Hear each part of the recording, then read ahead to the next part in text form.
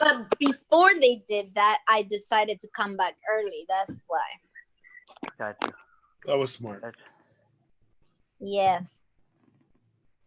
Wow. That's cool. I feel like I'm a part of like Hollywood Squares or something, Derek. Are you ask permission first. Or Say like it. I'm in the Brady Bunch Take your hand intro. out your mouth. Okay, so we are officially not on Facebook. We are on YouTube. Jackson, do not drink Kevin's drink. Do you hear me?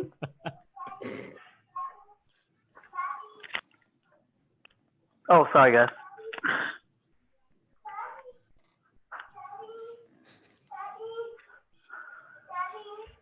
Yes.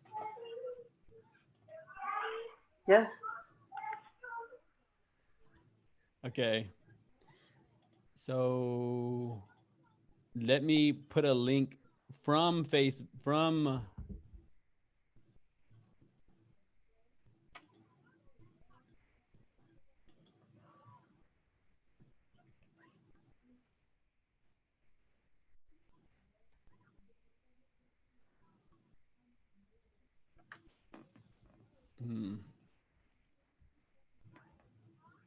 All right.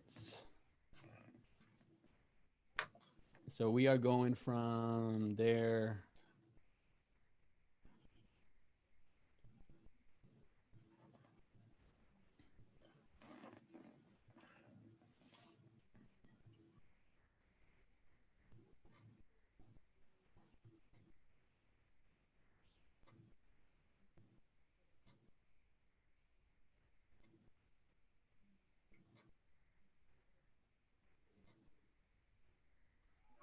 So, Derek, this is like a singles reunion that you call together.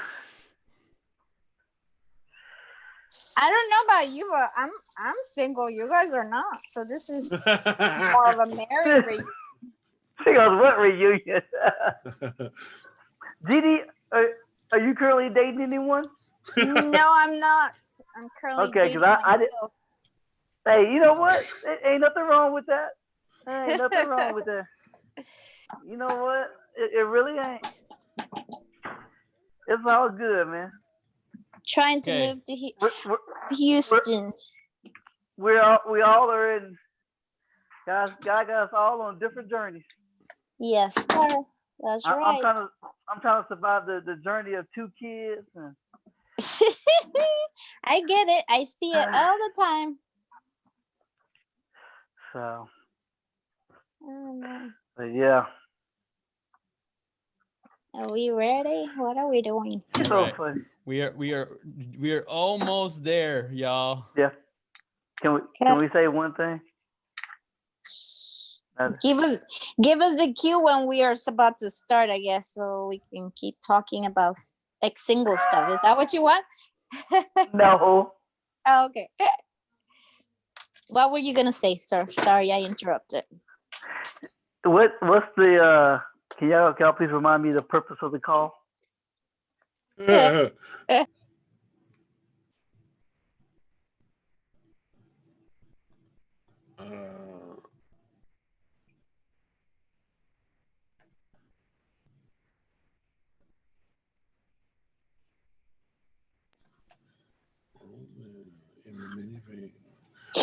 I would imagine it's to interview and to encourage and have fun. Okay. Okay. I'm back. We are we good to go? All right. So we're officially on YouTube. We are not on Facebook. I put a link on both there. Okay. So we're good to go. I am. Okay. So we are recording. We're good to go. All right. So we'll officially start here in 5, 4, 3, 2, 1. All right, welcome to the Strong Life Coach. I guess we're gonna call this the live radio show. We have a few surprises for us. We have Jason Riley, Scout the Psalmist. Can you hear me? Yes, I can. How you doing there, Mr. Awesome Dude? All right. So I know we were initially going to be on Facebook Live. Facebook Live was not liking us too much. So we're on YouTube Live now. And if you're tuning in with us, you have questions or perspectives. The first thing we're going to be talking about today is coronavirus. And really not so much. None of us are really experts, although we do have a doctor on the call. None of us consider ourselves experts on the matter, but we're really talking about how it's affecting you personally. So that's the first question we'll put out to the floor here. And if you want to call in or chime in or comment and let us know how it's affecting you, go ahead and let us know. And we'll read off that comment on the air. But Jay, you want to go first, or Judy, do you want to go first? How's that affecting me, you said? Yeah, how's it affecting you How's personally? the coronavirus? Well, it has affected me greatly. Well, I mean, I'm healthy. That's a blessing. But I was on my way to Puerto Rico on March 10th. And after that, I was going to go to a John Maxwell certification live event conference. And on my way to Puerto Rico, I was notified that the live event got canceled. So I had to move my travel plans. And even in Puerto Rico, everything started closing down. There was curfew. Nobody could be in the streets, only in emergencies or grocery stores. So my little vacation going to the beach got also affected. Oh no, not the beach. Yeah, I know. You couldn't be at the beach. You couldn't be anywhere. You had to be at home. So I just said, I'm going to come home earlier.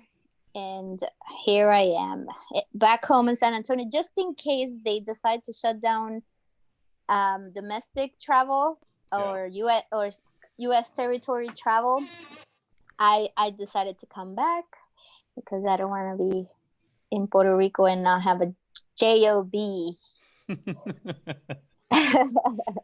sounds like a smart decision. Yes, but I mean, there's been some panic. Mm-hmm. Trying to keep calm. Let's just do the other side. Trying to keep calm because it's what I had to do as a doctor, but also keeping in mind as I was traveling there, I was like, oh my gosh, what if I catch up the virus and take it to my dad who has a lung condition? It was a little bit like I had to trust God, Mm-hmm. and really, put in his hands.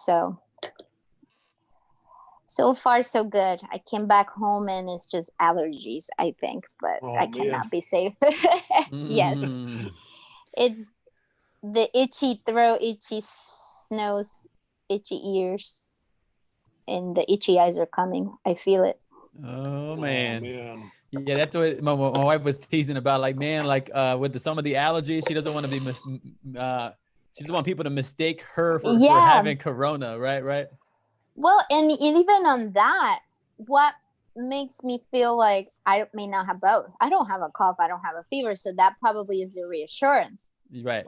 But if I were to have allergies and then have a little bit of a fever or a little bit of a cough, it's still, and I just travel. I was in a packed environment, so I'm like, I could potentially be cautious myself and not err on the side of caution, basically. Yes. That's what I'm trying to do. Given that my birthday is tomorrow. Oh yeah, that's the next effect. My birthday is tomorrow. Happy birthday. Happy birthday. And now I wanted to go out for dinner and you cannot be in restaurants. Well, do you know that right now they have in San Antonio they have restaurant week, and so you can get a sweet 3-course meal for really cheap. And so I did see that. I need to figure out how to get to that. Well, we talk about it later. Probably not podcast material, but I'll make sure I hit you up about it. I mean, most of my listeners in general are from Texas and probably from San Antonio. Oh, okay. But go ahead and you could share briefly about Restaurant Week. Sure. Well, it's affected me immensely. I would have, if it wasn't for the virus stuff, I'd be at South by Southwest in Austin right now. I'd be be helping out with the Saul Paul Showcase, the Park Rex and Chill Showcase for South by today. So I would have been really tired at this point. And, I missed out on a cool conference, and we had 3 shows booked, or I had 3 different events booked today, tomorrow, and Saturday. And so all those got canceled. pretty much all of the stuff that I do when it comes to going to festivals and rapping and doing that stuff all got postponed or canceled. And so, it didn't really change my normal life, which is I stay home with my son and take care of him, and then do other producing and stuff. So that doesn't really change that process, but it did change my my music stuff going out. So that's been difficult. And the same idea, like I enjoy eating great food, and closing all the restaurants is rough, and that's why I like the whole restaurant week, and that they're all to goes. So every menu is a to go menu, and they could be 3-course meals. I think Bliss, which is one of the nation's best restaurants, normally it's like $100 to eat there. They have a $30 3-course meal that you can get delivered to your spot or pick up from to go. So it's a really cool way to support local businesses in San Antonio. And so I know that it's with Culinaria, which is actually a place that I worked with earlier this year doing a festival. So I've always enjoyed this week, and it's a bummer that it would happen at this time, but it's a great opportunity to help our local restaurants. And so, especially how long does it go till? It's until Sunday. So I had dough today where it was two meals for $30. So that was pretty awesome. Pizza, salads, desserts. It was great. So, and how do you? Is it any restaurant? No. So there's a link on my Facebook.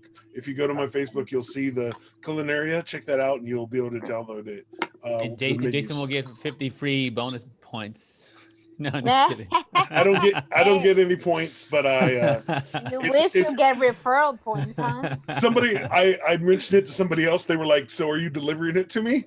And I'm like, I guess it sounds like I'm selling it. So no, I mean, if you really need me to, call me up. We'll figure it out. Yes. And if you're just tuning in, at least on the live version, I know this is going to be posted later as well. We're here with Jason Riley, podcast producer. We have pediatrician, doctor in the house with Yidielis Sanguinetti, and then we have church leader Vince Pierce. Vince, tell us about you. But how has the coronavirus affected your personal life, your day to day? How has that influenced you? Well, my wife and I, we're here on spring break in Branson, Missouri, and normally when we go to Branson, we do a ton of attractions and shows. So since we've been here, we got here on Sunday, and we've only done one attraction since we've been here. So we've been home for the whole week, I think. But once we get back to our home city tomorrow, then we'll have to look at, hey, how's that going to impact what church is going to look like for us on Sunday? How's that going to impact how we do ministry? How's that going to impact? Obviously, our kids aren't going to school, so that means our kids are home, 24/7. So that's a big adjustment for us, with the kids. Yes. That's what's going on with us. Gotcha. I mean, I think that's what's interesting, because you have so many people relying on you, on your organization, your leadership, the structure you provide, the vision, and then and we're going to dig into this in a little bit here, but even the tools that we have available to us with technology to leverage, to be able to continue the connection, even though we have distance. It's such a vital piece. I mean, we see church after church are saying that they're doing a virtual, online version of service, which, I mean, really, you think about, like, when have we ever seen something like this before, where it's really becoming the new normal?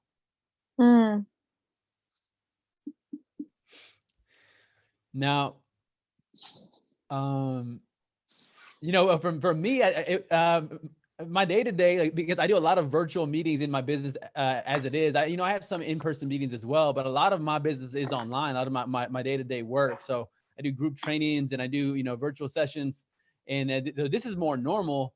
Now, it's kind of influenced my recreation a little bit, because I follow the NBA regularly, and I think that was the biggest shock for me, which was like the NBA got canceled, and sports teams, and one of my friends who just went up to Atlanta for the Olympic qualifiers for marathon, and she just told me like all of the races that people run in, all of those are canceled. My other friend he oversees a basketball organization with the Little League, all of their games, tournaments, practices, gyms closed down.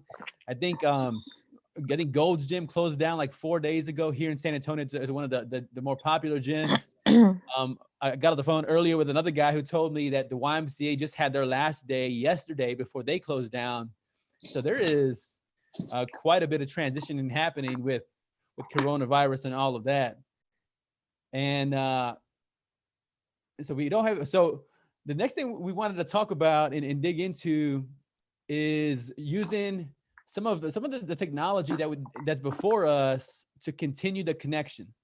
So I wanted to ask Jason, especially from your experience with podcasting, if you would ask me, I would say that you and I in the podcast land, we are, my humble perspective is that we're big timers in a little timer portion of our journey, and that our reach and our expanse is only going to move bigger and broader as we move forward. But I call this is a little time version of our journey, but I see it as big timers, whether we are or not, I may be off, but talk about for somebody, for people that are home more and people, podcasting is super trending. It's been trending for a long time now, but maybe now more than ever.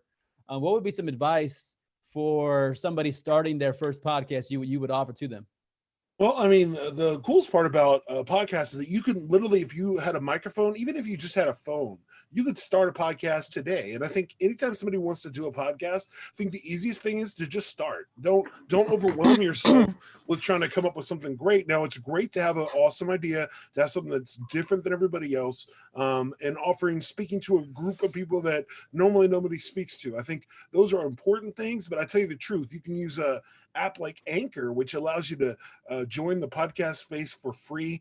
They have an app where you actually can record from there.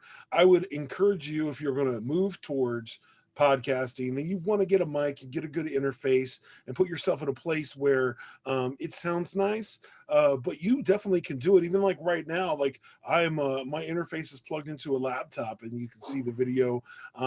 It's not terrible. There's a lot of ways to do it. So I think first one is find a host, find somewhere to actually put your podcast up so somebody can do it.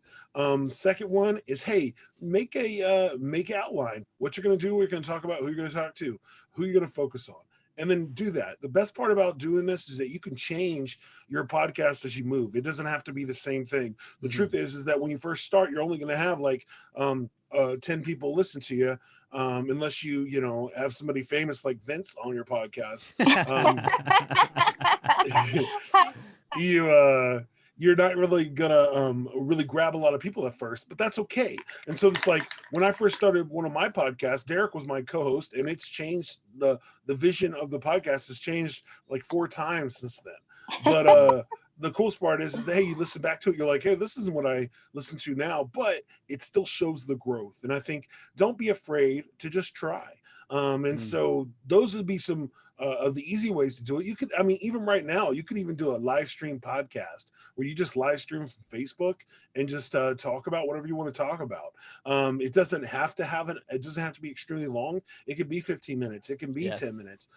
You could do whatever you want in this situation, whatever the space that you feel like would be good. But some of the other advice I could tell you is listen to other podcasts, listen to what they're talking about, listen to their format, follow their format, and then move forward. Again, it's always good to get advice. I know last year I was able to go to South by Southwest and actually got to watch some really famous podcasts and actually talk to those producers and to the talent that actually did the podcast. And it was so fun to like listen to their thoughts. But the truth is that they had no different amount of stuff than I did. All they did was just start doing it. And I think that's important. Like one of the guys, he actually is a a nationally known documentary maker, but he just decided one day to do a podcast, and it was produced by The Rock, which is pretty cool, by his production company. And so he was able to do a really cool podcast that I enjoyed, and I got to be on it actually, which was pretty awesome. But again, it wasn't any different. It was a guy, his guest, on a microphone. It's not a complicated process. It is a very easy process. The thought process is just try. Yep.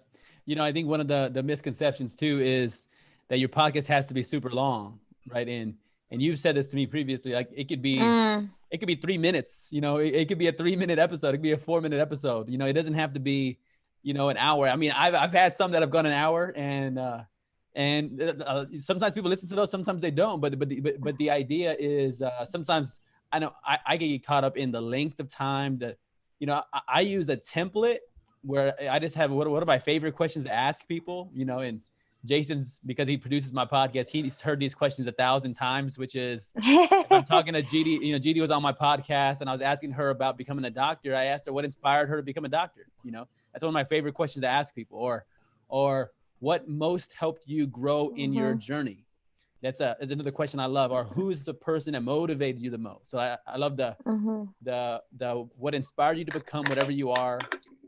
What motivated you? What's helped you to grow? Those are 3 of my favorite questions. And then also asking about their favorite qualities of their family. So maybe those are like my top 4, and I kind of play around with the rest depending on who it is and what people send me. Because even if I'm having a guest, you know, there's a podcast version, you can do it by yourself, which is completely good and fine. But then when you have partners as well, Judy, anything you want to chip into the discussion on podcasting? Well, as I am non-expert yet, I know that I've listened to a lot of podcasts, so there's just different topics. So it's just picking a topic for sure. I agree with Jason as far as the evolution, and you've told me this before. Like it can evolve as you start and you do something. But another thing, and more so, I think I'm agreeing with Jason as far as the oh gosh, I forgot the length. It can be short, and I enjoy being on your podcast because I saw, oh, this is how you do it, and it gave me a visual. It's not a complicated thing. It's more the fear. And that's where it's just taking the steps. Like you said, you just take action and move on. And I know I'm in that process, or I was going to take that and just things, I don't know. I use it as an excuse for sure. But now it's like, oh, okay, maybe. I was thinking actually, and I started posting something on Facebook about like how are parents dealing with the kids' reaction to coronavirus, or what are the reactions? And I'm like, oh, okay. Tell us about that. How is that going? I want to know because I posted a video on my Facebook from this doctor podcast that I follow, and he was talking to his daughter who had questions over dinner time. So he decided to make a podcast about it because she was anxious. And it's like, what is this whole thing? What is this whole drama? You know, and it made me think, oh, kids are probably feeling anxious. And then are we as parents, well, not me, but as we adults, are we addressing their anxiety? Are we asking? Because they might not even express it. They're at home all day long now because there's no school, and they might be like getting into fights. They might be getting into impatience, but maybe it's because they're anxious. They don't know what's going on. So if sitting down, talking to them, what do you think is going on? You know, what scares you about this? Do you know what they're talking about on TV? Do you know what a coronavirus is? And just try to figure out a way of explaining it. And I posted the video because it was a good example of how you can start talking to them about it. And then, just start a conversation. And at the end, also, maybe potentially in Christian families, ask them for all to pray, just make it a dinner table conversation, or like a family talk, something. And I don't have kids, but that's what I think when I hear these things. I start thinking of kids because I do see that, and I do see the repercussions of behavior that can, behavior or negative behavior that is only a projection of anxiety, of I don't know what's going on, or a fear per se. So we have to keep that in mind with kids. Their behavior is a projection sometimes of emotions that they don't know how to deal with. And if we don't talk with them, then we don't help them process those. And yes. So. Yes. That totally makes sense. Great perspective. No, I appreciate that. And then it's funny because you started off by talking about not being an expert with a podcast, but your experience and expertise from a medical perspective, it's you're somebody that we have tremendous respect for in what you do. Thank you. So again, I know you and I talked about podcast co-host and doing something. So we get a little flavor of this tonight. My sister is also on. I'm not sure if Diamond, if you wanted to share how coronavirus has influenced you, or if you want to put it in the chat here. I see that you're in. I'm not sure if you can if you can hear us, but feel free to either put it in the chat or put it on YouTube, because we're also monitoring the YouTube channel as well. Vincent, do you have any thoughts about what Judy shared about the kids with coronavirus, praying, or even about podcasting? Oh, I think you're on mute. Let me take you off mute right here. There you go. Wait. Oh, I'm sorry. You go. I would say there you go. With kids, the thing about kids is they're so different at different stages in life. And so you're trying to, I would say with the kids, depending on where your child's stage of life is at, that would be a great conversation to have. With mine being 5 and 2, they don't even know what's going on. So it's cool right now. Their biggest worry, anxiety is, why isn't Netflix working and why can't I watch Paw Patrol right now? Yeah. Well, let me tell you though, there was not, sorry interrupting, but there was a 3-year-old or maybe 4-year-old video that I posted on my Facebook about a little girl explaining what is the heck with the coronavirus. The parents do probably train them, but she spoke like an expert. And I was like, she's only 3 or 4. I would say watch the video, but it's in Spanish. I forgot about that.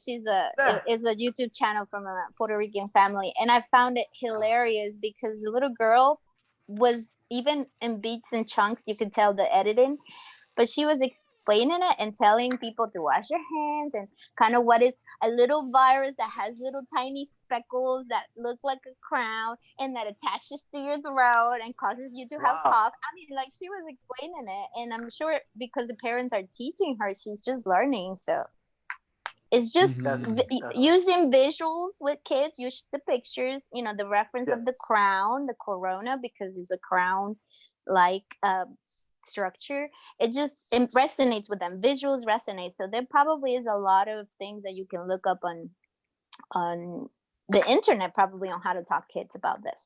But like I said, a majority of them are probably not as mature, and they could care less about the conversation, and they'll rather just play. I get it. So you just do you respond to their needs though, Yeah, absolutely. Yes. So, Jason, to talk about in the podcast journey of our breakup. What was your experience with our breakup in our podcast journey?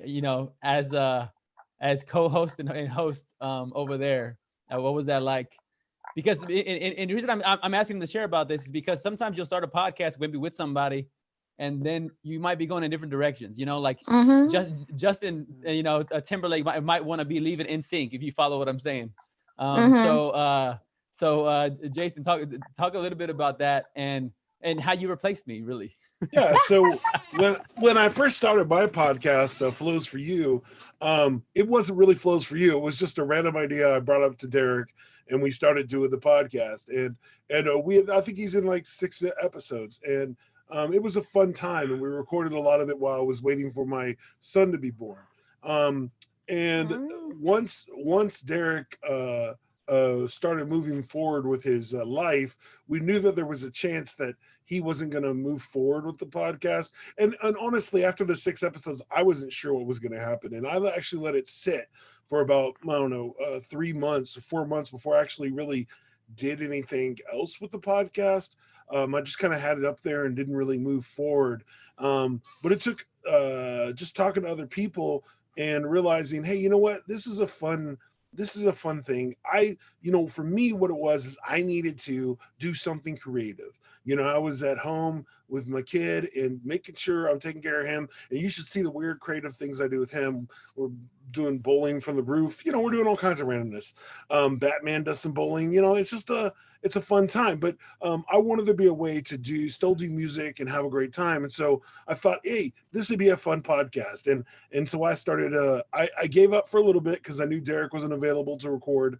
But then I realized I still needed a creative thing. So I started just kind of doing it on my own. And then what I did is then I started looking around for another co-host. And I had a friend who I knew who was from Kentucky, and he was a beatboxer. And I said, one of the biggest problems with the podcast was that I had to use beats. And you only can do so many beats. And if you're doing 40 episodes, you have to have a new different beat every single week. And I was like, hey, wouldn't it be cool if I had a beatboxer? And I have my good friend Danny Figgins in Seattle, and I really wanted him. He's an amazing beatboxer, but he was getting his doctorate in music and just didn't have time for it. So then I called my friend Trey, and I was like, yo, dude, let's do this. And he's really fun. He's a millennial. He's a younger guy. And it really changed the focus of the podcast, where it was like even funnier than it was. Me and Derek version of the podcast was more funny, but at the same time very heartfelt and serious. And me and Trey's version is a lot more funny, and we try to add some seriousness to it, but it's a little different. But again, that's the coolest part about allowing it to grow, allowing it to move to a different place, is that now I'm comfortable. Now I can make some fun content and enjoy myself. It's not the same as working with Derek. I mean, doing a podcast with your best friends is awesome. It makes conversations different. But Trey now is one of my best friends because for the last year we've recorded together, spent countless hours that weren't on the podcast together because we're trying to make this content work. And so, for me, the hardship was just trying to move past discouragement that my first vision didn't work. But once I moved past that discouragement, then I tried something new, and it was good. I mean, I was like, hey, I have a podcast. I already recorded these episodes. Now I'm just going to reformat it into the existing podcast I have a vision for. And that's exactly what I did. And it worked out. There we go. Right. And what's interesting, because I think when we were first doing it, we were kind of asking, wait, are you the leader or am I the leader? Like, not that it really mattered, but we just were like, so who's gonna game plan? Who's gonna like moderate, facilitate? Like, how's this going? And then at the time, I think you were transitioning with Boston being born, and then I was thinking like the direction. I was thinking about doing a podcast, but I felt kind of weird about it because I'm like, hey, we had a podcast, and I didn't want you to be like feel like that I was like unfaithful or disloyal. Yeah. So anyway, but even in that, it's been. Is Vince over there playing some cartoons or what's happening over there? Oh. I muted him. There you go. But so what would you say, Jason, has been one of your biggest mistakes in podcasting? I mean, other than having you as a co-host, I'm just playing. That was funny. Thank you, Vince. That's why I'm a professional. I think one of the biggest ones was, again, thinking too hard, trying to format it too much, trying to get it. Like, I was really trying my hardest to get a real vision to like have 10,000 people listen to it. And I think that really hindered me. It made me not want to move forward. It made me almost freeze like a deer in headlights. And I think once I realized hey, just record something and put it out. If people like it, they like it. You know, I have a good friend who was a country western singer in the '90s, and he released an album exactly the way all the producers told him to, and they said it's going to be a big hit, and then it bombed. Nobody bought the record. Nobody did anything. And I remember him telling me, he was like, you know what? What I realized through all that process is if I would have just created the music that I knew I could create instead of all the stuff they told me to, there would be a small amount of people that loved my music, and that record would have sold if I would have just trusted myself enough. And I think sometimes we just need to trust ourselves and know that we can create something other people can't. But I think my biggest mistake was just trying to do something, trying to be bigger than I needed it to be at the moment. How about you, Derek, as you're doing the podcast now? What's one of the biggest mistakes you made? Obviously it wasn't hiring me as your producer. Man, I mean, I feel like there's a ton. I think one, which was not doing it soon enough. You know, I think there's this so much overthinking that happens, you know, with all of us, with me included, where, you know, you have to get, you know, you have like this destination disease of, oh, well, I mean, my setup now is different from when we started, but it was like, okay, I need to get lights. I need to get a green screen. I need to get fancy microphone. I need to get this fancy box that takes my microphones into my computer or whatever. Jason called it an interface. I guess that's just what it's called. That's what it's called. There's not a fancy name for it. It's there you go. It's pretty much an adapter for your microphone into your. Fine, an adapter. Sure, that works. But I think that was one. The other thing is not making a system and creating a little process. Like, so now I have my core 7 questions, but from that core, I know where I can flex and change. And before, and at one point in time, I was asking anybody and everybody who were willing to be on the podcast, But then I think a mistake I made, which was not really focusing on synergistic relationships, how we could help one another. But I felt like, hey, if you were willing to come on and record it, you know, I'd have you. And not to say I had any bad people, but it just wasn't focused. Like, I hadn't narrowed down who was the ideal person I would want on my podcast, which I've done now, but I hadn't done before. That's 1. And 2, which was, I did a lot of work in recording, but didn't put out the content at the same rate. So I think like even like right now, I think we have like 15 to put out contents. What was that, Judy? Oh yeah, Judy. I started to put Judy's content podcast out as well. You still haven't posted mine, did you? Yes. My mom is waiting for it too. Yes. Not just mine. You know, not just me. Another way to think about it, Judy, is like the Avengers movies. They announce them way ahead of time, and then they come out way later. So you're like a superwoman, you know. Well, there'll probably be more followers on your side by the time it comes out, so that can help. Yes. God's timing. God's timing. Real. You know, I know Vince hopped off. This is the one part I actually wanted him to listen to, so I have to cut this part and send it to him directly. But the part of using this during this time period, because many of us, especially in this circle, people that are faith-based, you know, a number of us go to small group discussions. So before we would go to somebody's apartment or house or park or some location for us to meet and have a discussion centered, you know, on our faith, on some element of the journey of faith. Yet now, this setting right here, using Zoom or some other app that has the same function, may be the go-to for an extended period of time, as we are cautioned about meeting together physically, and we are more called into meeting virtually.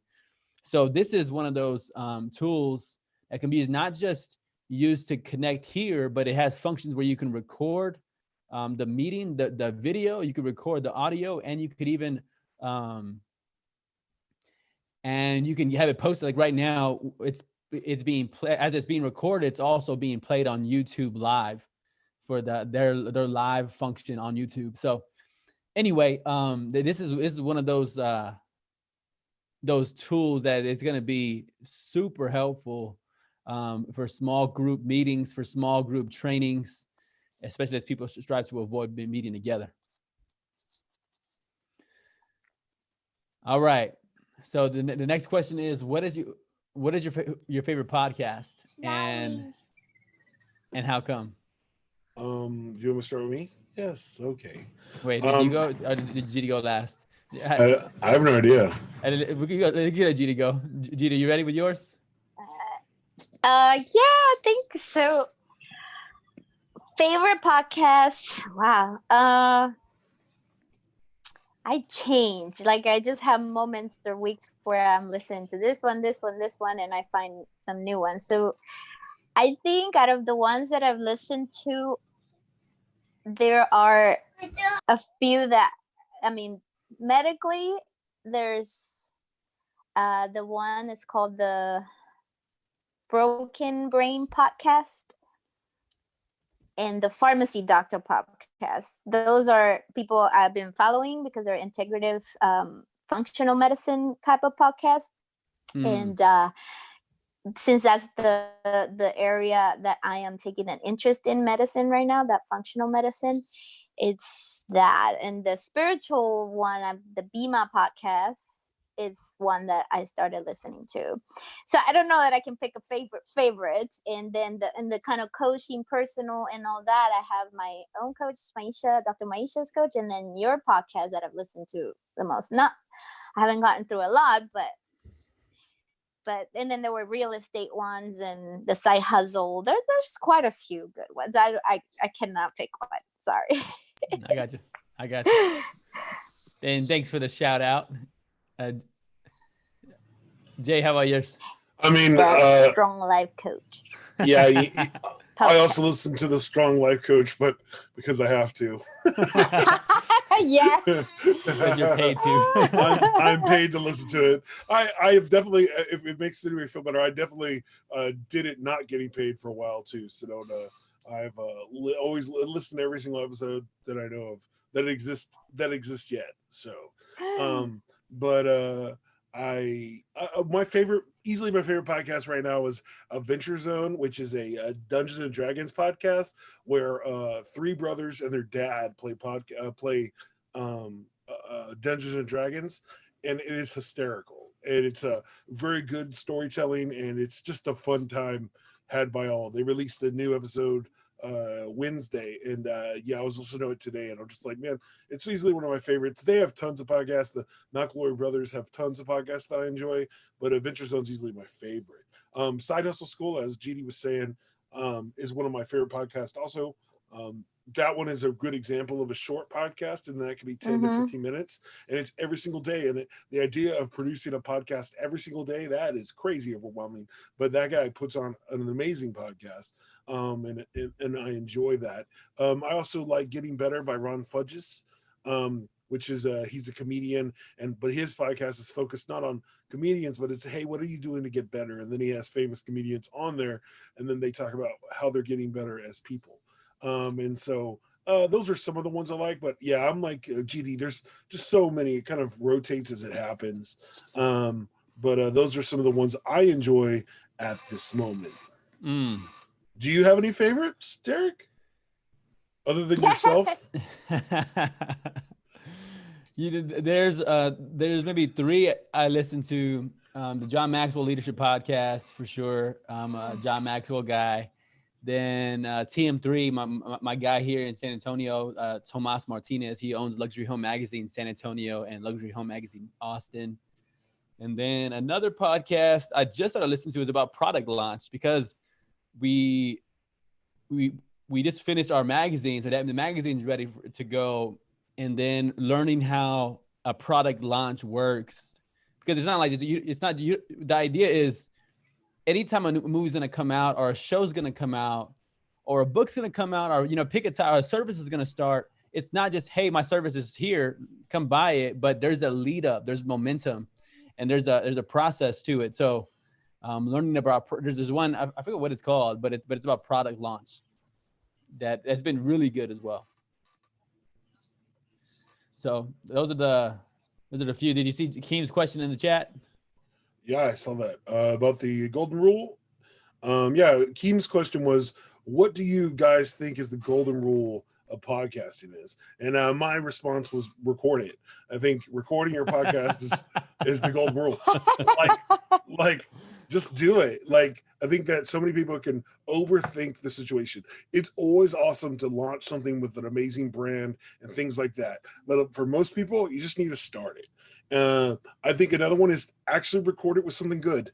You know, have an okay mic, have a good interface. You know, those things. You only get one golden rule, bro. Oh, so the golden rule is record it. So, golden rule. I'm just kidding. Squirrel.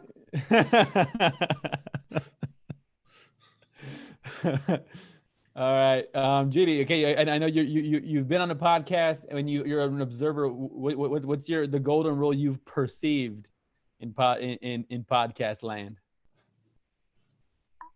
Just contribute to people something, help people with something. I think that everybody has different tastes. Everybody has different things that they're attracted to. Like Jason is attracted to Dungeons and Dragons. I mean, that entertains him and it gives him happiness and it gives him something to laugh about. That's fine. You know, like I will, on the other hand, I want maybe some knowledge in medicine or, you know, increase in something, and that's fine too. And I mean, they're funny. They're podcasts that they're funny, but everybody has their own attractive, you know, or their own what's the word I'm looking for? Their own interest. Yes. And also, if you're contributing something, is because you're passionate about it. So just do something that you're passionate about. It'll transfer into the podcast and it'll influence your listeners. Ooh, yes. Hence, Derek Guajardo's, you know, he's passionate about this and he's getting focused, and you're going to influence eventually about your people. That's right. I mean, you already are. You already are. I know. The reason I said that we're big timers in a small timer portion of our journey is because we were counting up the nations and the states that we're in. Like Jason gets credit for both his podcast and my podcast, but how many do you have? How many states are you in? I'm in 22 states and I have 10 countries that my podcast is in. And then I'm in 40 states and then 22 countries. But nice. But you just think about this. It's like crazy. The idea somebody in Ireland is listening to my podcast, you know? Yep. Or some countries I'm very, very not familiar with, you know? Yeah, like mine is Uzbekistan. Shout out to the guy from Uzbekistan for checking out the podcast. You're awesome. Wow. Amazing. Yes. All right. So the last portion of our podcast, of our time today, rather, our live stream today is talking about our weekend plans. GD, plans for the weekend? What y'all got? Birthday weekend. I don't know. Birthday weekend. I take suggestions. What can I do? Maybe I have to host a live Zoom party. Oh, I forgot about coronavirus and your birthday. Oh my goodness. That's what I'm like, oh, I was going to be at Disney World. That was my original plan, because I was going to be in Orlando for the John Maxwell conference that starts on Saturday, or would have started on Saturday. Would have gone to Disney Friday, spend the day there. But now tomorrow I'll be here with the dog. And maybe watch movies. I'm okay being by myself sometimes. So, you know, they have a cool app for a Chrome extension. It's called Netflix Play or Netflix Theater. And what it is a bunch of your friends, if they join the thing, you can all watch a Netflix movie together. And you could comment and talk about it as you're watching the movie. And you'll all start, it'll start all at the same time. And it's a pretty cool little extension for your Chrome or for your internet maybe browser. I'm gonna have to call you after this. After we finish this to see what details. Yeah, because that'd be. I was thinking about that. That'd be a fun thing to just watch a big movie with a bunch of people. So, for me, what are my weekend plans? My weekend plans are to hang out with my wife and kid, and make food that's delicious. I think I've already spent my budget on the restaurants. So unless somebody wants to sponsor me a delicious meal from the amazing restaurant week, I'm probably gonna have to do some chicken marsala Salisbury steak or something else that I'm gonna make. But that's okay. I think we're gonna watch a movie. I'm kind of excited. I'm not really excited about the first run movies releasing on actual not streaming services, but like, downloadable services where you can rent it. It's like renting a movie for $20 is kind of hard. But there's a movie that my wife wants to watch, which is called Bloodshot with Vin Diesel. And so we probably will end up doing that and watching it. So but we'll see what happens, or we'll just watch something on Netflix. We'll just join GD's party and do that. Well, and so first, if I wanted to have people anyway, part of my weekend has to be finding TP. Yeah, toilet paper. an amazing toilet paper search. I have two rolls. Yeah, I was. Yeah. If anybody out there has extra, I go buy at the house since this is going live. What? You should just upgrade your toilet and get yourself a sweet Japanese toilet with a bidet. No. Okay. Just all right. I'm gonna mute you now. I'm gonna put you in timeout. No, that bidet is not inappropriate. Yeah. That is a Japanese toilet. It's great. This is the fun. This is the fun part of the podcast. That's as fun as I get, Derek. This is why me and Derek don't have the podcast anymore. He's no fun. He has to be serious all the time. It's okay. Hey. Good. So you said you got birthday weekend and you got Bloodshot movie, Vin Diesel.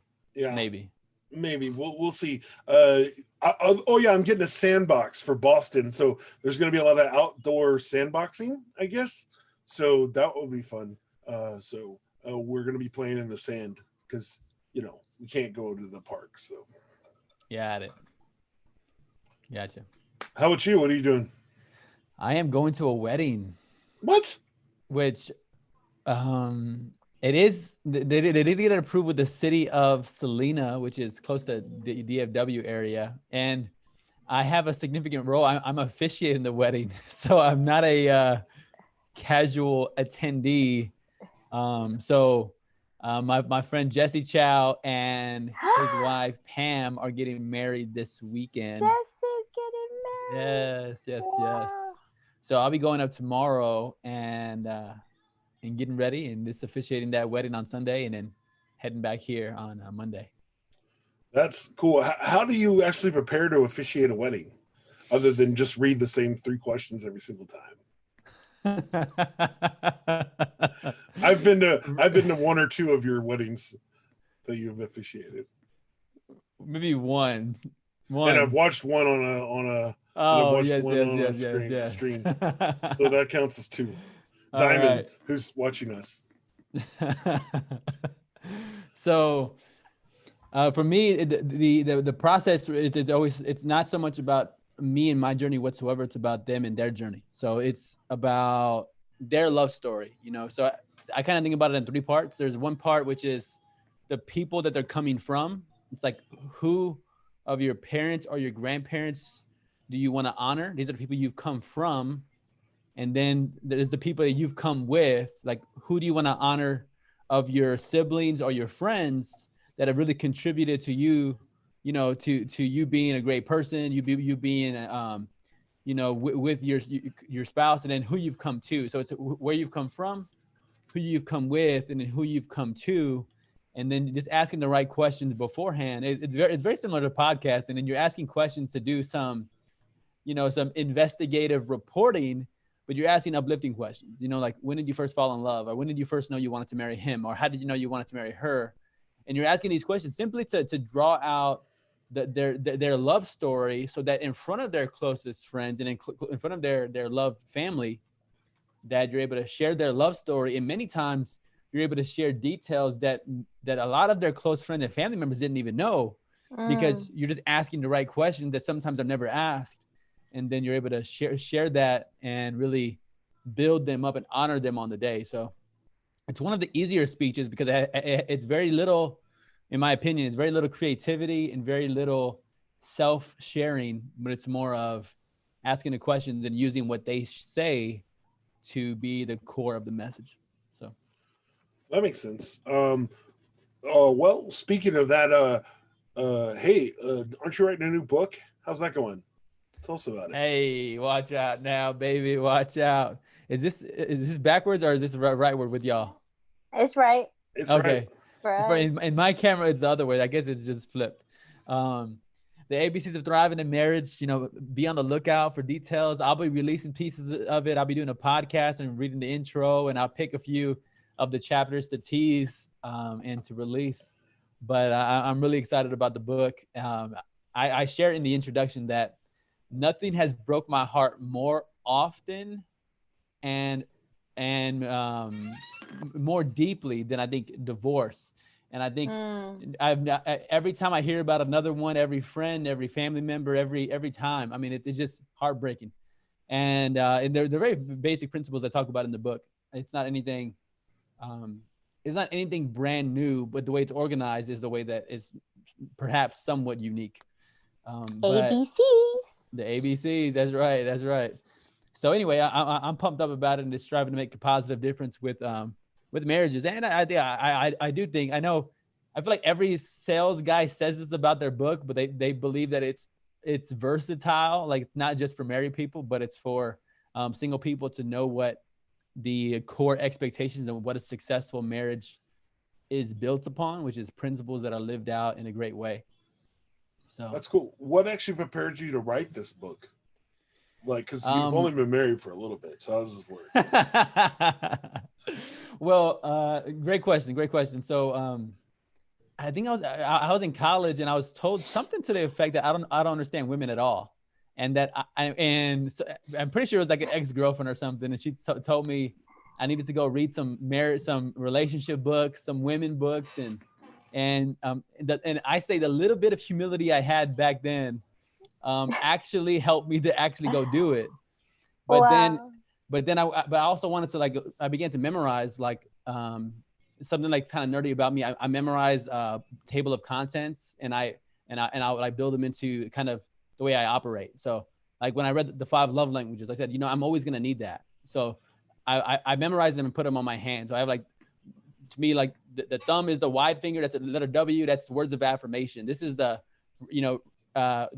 finger you use when you're trying to call the server at the restaurant. So it's acts of service. This finger is the tallest finger. So it's the word tall starts with the letter T, and it's also for touch, so it's physical touch in the relationship. And then you have the ring finger that has a physical gift. You have physical gifts. And the last one is the tiny finger, also starts with the letter T, and it's for quality time.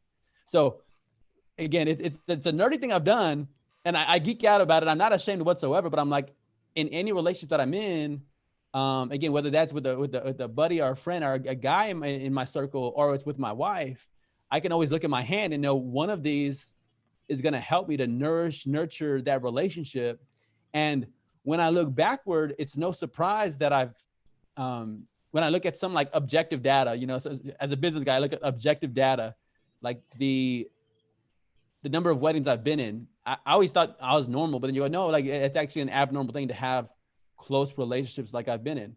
But then, and the last thing I'll say here is I also memorize other stuff, like the 5 languages of apology. So it's very similar. This is ownership, this is requesting forgiveness. And this is, the middle finger. If you use it, hopefully you will want to make, or you will have some regret. So it's expressing regret.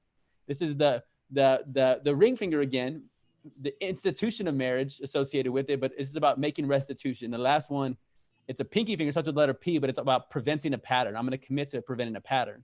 So you just think about this idea real quick. I just took 2 books. I memorized the table of contents. I put them on both of my hands. So I know one how to add love to any relationship that I'm in, or appreciation, or I know how to resolve conflict in all of my relationships. So I have 10 principles at all times to help me with all of my relationships. So I feel like that's like a small principle I've used, and like you just take different books and different table of contents and then put them all and squeeze them all into one, and you get my book right here. So that's a long answer to your question, but that's kind of how I operate when it comes to getting prepared. Our mutual friend Kevin Stred would say, when opportunity is knocking at your door, it's too late to prepare. So I really took that to heart and really began preparing a long time ago for something like this. That's awesome. Yeah, it's exciting that you're moving forward with this, and excited to hear the finished product and see where it moves forward. So it's a very exciting. Yes, yes. Very proud of you. Thank you. So what is that question that Keem's asking in the chat? Let's see. Bidets are us? Yeah, he was asking where do we get our bidets? And I told him where you get the bidets are us. Amazon. I just like the idea of a talking toilet. I'm sorry, it's a cool idea. The Japanese toilets. Oh man. Jason. All right. So we got final thoughts before we wrap up. Thank you very much. Thank you very much. Yes, Jason, final thoughts. I think it's important at this time with the opportunity where we're actually not seeing people sound. You still have a chance to reach out and love the people around you.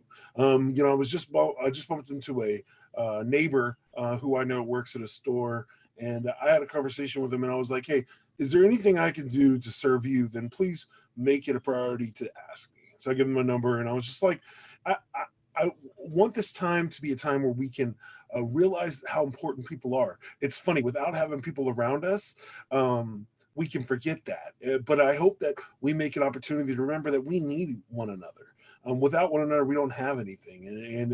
And I think it's great. I mean, just like I'll be laughing when y'all end up doing the whole wedding as a Zoom wedding, and you have like 50 people on the Zoom call. It's just you doing the wedding, and then that could be fun. But anyways, that's what I wanted to do. That sounds awesome. But the only scary part is having all those people have live mic. Could be interesting, but I just think that it's opportunity to us to love one another, and I think after all the conversations we had, that's the point: is the opportunity for us to really care about the people around us and find some people to care about. Ooh, find some people to care about. Very good. We will end on that note. So if you're listening in, thank you for joining us on the Strong Life Coach Strong Stream. How about that? The Strong Stream? Strong Stream. I need to look that up. Strong Life Coach Streaming. The Strong Stream. No, right. Strong Life Coach Streaming Live. There we go. All right. Well, thank you so much for joining in. We speak life, coach life, write life, and lead life. And if y'all are able, let me let the people know. If you're listening in, this is a great time for you to subscribe to the podcast, like it, share it, comment on it, and let us know what you want to hear about next time. Thank you very much. Okay, so I stopped the recording. You have a brief moment, GD. You're welcome to as well. To try out the Podbean app. Podbean app, right now. Yeah. What do I do? Download it? Yeah, first you got to download it. Jason, do you have it? On my computer, no, but on my phone, I do, so I can listen to you. But do you want me to put it on my computer real quick? I think we could do it from your phone. All right. Oh wait, that's a problem. My phone is being overtaken by a son. So. Podbean podcast app. Yes. So that's another podcast. What is that? It's just a website or a host site where that's where I upload it, and then it goes all around to the different podcasts podcast 'Cause I have- locations. Yep. Yeah, because I find you on the podcast from the